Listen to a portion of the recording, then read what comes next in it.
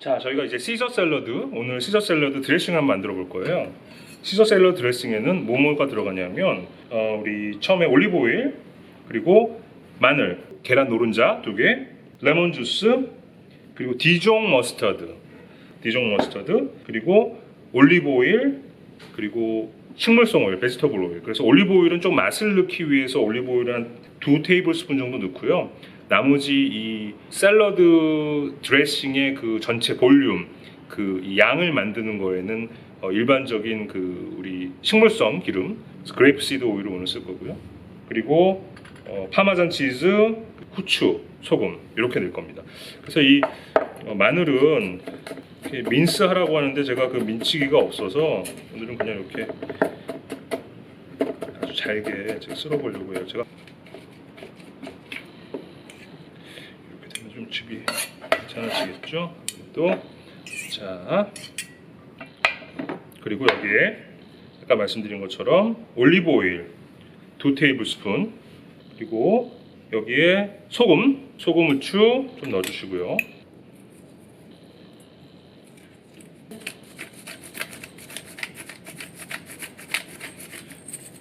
레몬 주스 2테이블스푼이니까 올리브유랑 거의 비슷한 양 넣어주시고, 그 다음에 디종 머스터드를 티스푼으로 하나 정도, 자, 하고, 그 다음에 우리 식물성 기름 잘 섞어주고요. 여기에 꼭 빠져서는 안 될 게, 우리가 있고 없고 차이가 굉장히 많이 나는 게 하나 있어요. 그게 달걀 노른자거든요. 달걀 노른자를 여러분, 요즘에는 뭐 도구들이 많이 나와서 도구를 사용하면 훨씬 더 편하게 노른자만 분리할 수 있지만, 도구가 없을 경우에는 이렇게 달걀 껍질을 양쪽으로 왔다 갔다 하면서 노른자 흰자를 이렇게 밑으로 분리해 주시면은 쉽게 할 수 있어요. 하나, 한 번 더 보여드릴게요. 이렇게 그럼 흰자가 밑으로 빠지죠. 그래서 2개 괜찮을 거예요. 저어주고요. 여기에 또 빠져서는 안 될 거 하나. 자, 안초비 통조림을 제가 사가지고 왔는데, 안초비를 양을 한 6마리 정도? 근데 워낙 작다 보니까 이 6마리가 그렇게 양이 많지는 않아요. 근데 워낙 얘네들이 짭조름하다 보니까 맛이 강해서 많이 넣지 않으셔도 충분할 것 같아요. 안초비를 잘게 다져서 넣겠습니다. 근데 재밌는 거는 제가 한번 이 시저 샐러드를 만들어 먹고 싶어서 다른 건 다 있었어요, 집에. 근데 안초비가 없는 거야. 제가 안초비를 찾으러 제가 나갔습니다. 집 밖을 나가서 안초비 찾아 산만리. 안초비 없어요, 동네에. 아무리 찾아도. 그래서 제가 뭘 했는지 아세요? 요리는 상상력이라고 제가 말씀드렸죠. 농협에 갔더니 그 젓갈 대전 이런 걸 하는 거예요. 그래서 뭐 별의별 젓갈이 다 있어요. 제가 들어보지도 못한 젓갈. 그래서 제가 거기서 하나하나 맛을 보기 시작을 해요. 안초비의 맛을 상상을 해가면서 이 안초비의 맛과 가장 유사한 맛이 뭐가 있을까 하고 요것저것 맛보다가 보니까 와, 진짜 젓갈 짠 거를 그걸 다 맛을 봤는데, 황색이젓이라는 젓갈이 안초비의 식감과 그 짭조름함과 이런 것 향이랑 많이 비슷하다는 느낌을 제가 받았어요. 그래서 그 황색이젓을 사다가 다져가지고 넣었더니 와, 시저 샐러드를 만든 성공을 제가 했습니다. 그 노른자를 2개를 넣다 보니까 색깔이 굉장히 많이 노래졌어요. 제가 한번 맛을 한번 보고 여기에 뭐가 부족한지를 한번 파악을 해보도록 하겠습니다. 식초가 안 들어갔어요. 식초가 안 들어가니까 그 새콤한 맛이 안 나죠. 원래는 와인, 그 화이트 와인 혹은 레드 와인 식초를 넣으라고 했는데 없어요. 사과 식초 넣겠습니다. 사과 식초 2테이블스푼 정도. 훨씬 상큼해진 것 같아. 네, 훨씬 상큼해진 것 같아요. 근데 있죠, 역시 안초비를 좀 더 넣어야 돼요. 짭조름한 맛이 안초비를 좀 더 넣어주고요. 그리고 여기에 또 뭐가 필요하냐면 그 파마산 치즈를 가루를 내서 넣어야 돼요. 파마산 치즈를 제가 가루를 내서 넣도록 하겠습니다. 저어주고요. 그다음에 파마산 치즈. 냉장고에 있던 거를 그냥 다 쓰니까 뭐 과감하게 갈아서 짭조름한 맛이 또 생기겠죠? 그냥 아낌없이. 자, 그리고서 다시 한번 섞어서 맛을 볼게요. 와, 느낌 있다. 아니야, 5% 부족해. 여기에 조금 더 느낌을 주기 위해서 우리가 우스터샤이어 소스라는 이 우스터 소스 좀 넣을 거예요. 이러다 보니까 이거 이만큼 차겠다. 우스터 소스를 한 테이블 스푼, 아니야, 2티스푼 정도만 넣어서 좀 감칠맛을 좀. 색깔은 조금 진해졌는데 약간 5% 부족한 거를 이 맛이야. 냉장고에 넣을게요. 냉장고에 넣어서 신선하게 해서 이따가 샐러드 먹기 직전에 야채를 썰어가지고 위에 뿌려줄 겁니다.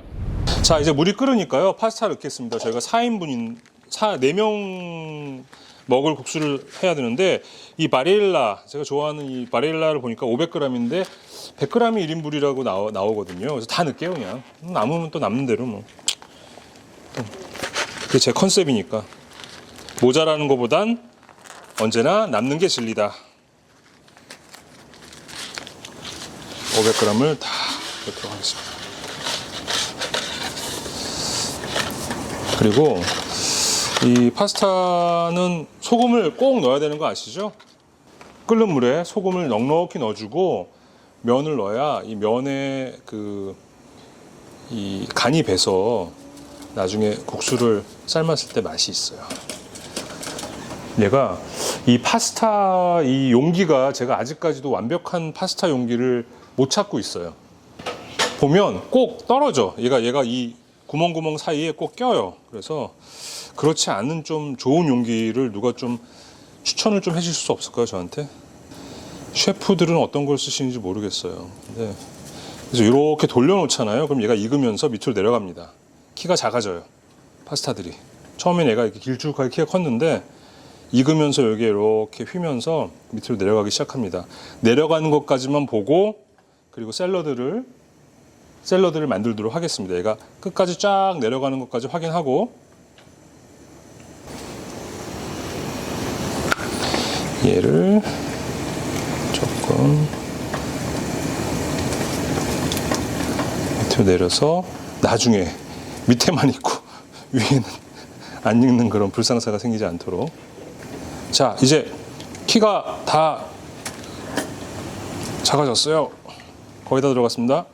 이제는 도도 얘 알아서 잘 익을 것 같아요. 한 9분에서 10분 정도 익혀준다고 하거든요. 그래서 지금 인스트럭션에 보면 9분 정도 10분이니까 너무 퍼지지 않게 익히도록 하겠습니다. 자, 파스타가 익는 동안 저희 샐러드를 위해서 야채를 좀 썰 거예요. 자, 우리 시저 샐러드에 주로 로메인 상추가 들어가거든요. 저 로메인 상추, 이 넓적한 부채 같은 이 중국 영화에 나오는 그 황제 옆에서 이렇게 부채로 부채를 이렇게 부채질하는 그런 부채 같은 로메인 상추를 일단 작은 애들은 애기들은 여기다 넣고 큰 애들은 썰어서 먹기 좋게 숭둥숭둥 썰어줄 겁니다. 로메인 샐러드. 꽁다리는 버리고 여기 넣어줄 거예요. 이렇게 샐러드 볼에. 자, 그리고 또 이게 다양한 종류의 샐러드를 이 채소로 활용하는 게 좋더라고요. 식감도 좋고. 그래서 로메인 샐러드, 로메인 상추 말고도 여러 가지. 아이스버거 상추라고 그러나요? 이게 그런 상추. 그리고 또 일반 우리 쌈 채소로 쓰는 상추. 또 이렇게 해서 충분히 우리가 소스를 넣었을 때 4명이 먹을 수 있는 그런 양으로 충분히 준비를 해볼게요. 그렇죠? 이 정도면 되지 않았을까요? 그러면 섞어서 이따가 우리가 샐러드 먹을 때 사용을 할 거고, 그 다음에 크로통을 만들 거예요. 크로통 여러분 뭔지 아시나요? 요 식빵을 바삭하게 오븐에 다시 한번 베이크를 해서 만드는 게 크로통인데, 크로통 만드는 데는 그냥 한 5분, 10분 정도 걸려요. 그래서 얘를 크로통 어떻게 만드냐면, 자, 소금 뿌려주고요. 소금, 후추,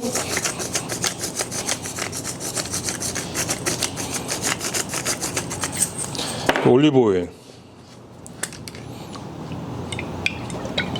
섞어요. 섞은 다음에 오븐에 오븐에다가 넣고 200도 오븐에 넣고 한 10분 정도를 뒤집어 가면서 구워 주시면 되거든요. 요거 한 다음에 우리가 알리 올리오 베이스의 봉골레 파스타를 만들 겁니다. 그 알리라는 게 이태리 말로 마늘이라고 하더라고요. 올리오는 당연히 오일이겠죠. 오일 마늘 파스타로 그대로 먹기도 하지만 거기에 우리 그 바지락 작은 그 조개를 넣은 바지락을 넣었을 때 이게 봉골레 파스타가 되죠. 이건 나중에 다시 베이크를 해줄 거고요. 자, 파스타를 만들어 보도록 하겠습니다. 자, 우리 봉골레 파스타 만들기 위해서는 먼저 알리올리오 소스를 만들어야겠죠. 알리올리오 소스는 중불에 올리브 오일을 많이 두르고 그 다음에 미리 마늘을 이렇게 송송송 썰어놨어요. 마늘이 올리브 오일에서 익어서 이제 그 마늘의 풍미를 오일에 입혀주는데 너무 타지 않게, 너무 새카맣게 타지 않도록 잘 불 조절해 주시고요. 중불에서 약불. 그래서 충분히 풍미가 오일에 배었을 때 그때 바지락을 넣을 거예요. 후추 소금 간 한 다음에 바지락을 넣고 나서 다 이 바지락이 열렸을 때 국수를 익은 거를 그 위에 토스를 해서 섞어서 먹을 겁니다.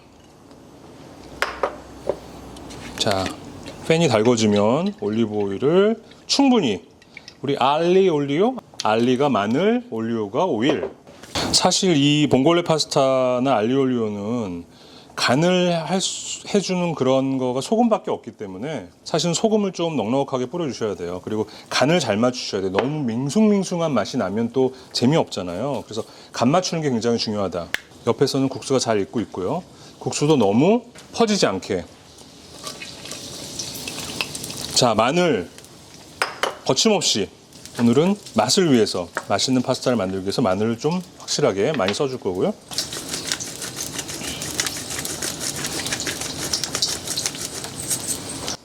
불을 살짝 줄여주고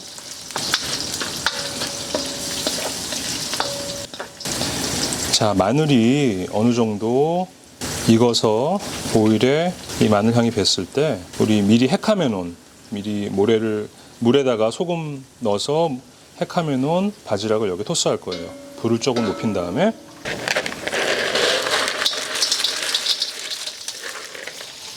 소금,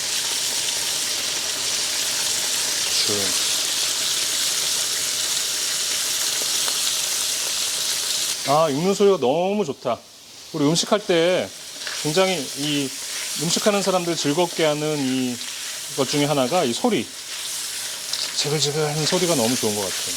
자, 이제 바지락이 조금씩 벌어지기 시작했죠? 충분히 벌어진 다음에 저희가 국수를 넣을 겁니다. 이때는 우리가 4인분 이상 만들 때는 좀 큰 왁 같은 거를 쓰는 게 훨씬 좋은 것 같아요. 많이 도망 다니지 않으니까 이 내용물들이 왁이 필요하죠. 바지락들이 이제 열심히 입을 벌리고 있습니다. 뜨거. 입을 벌리고 있습니다. 자, 이제 거의 다 벌어졌어요. 보시다시피. 자, 이제 그 파스타 면을 여기다가 투입하도록 하겠습니다. 나와라. 그리고 여기에 한 가지 그 비법이요. 우리가 파스타 면을 익힐 때 소스랑 같이 얘를 버무릴 때 옆에 있는 그 면수를 넣어주면 훨씬 더 윤기도 생기고 맛이 좋아져요. 그래서 면수를 좀 넣도록 하겠습니다.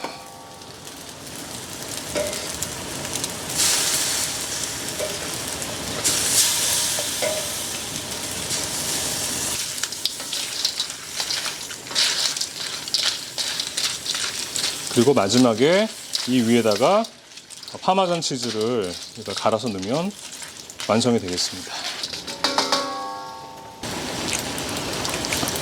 올리브오일 좀 더 부어주고요. 올리브오일은 뭐 넉넉하게 해도 언제나 괜찮은 것 같아요. 됐습니다. 자, 완성이요. 자, 봉골레 파스타 4인분. 이건 그냥 이대로 가져가서 먹는 게 딱 좋을 것 같아요.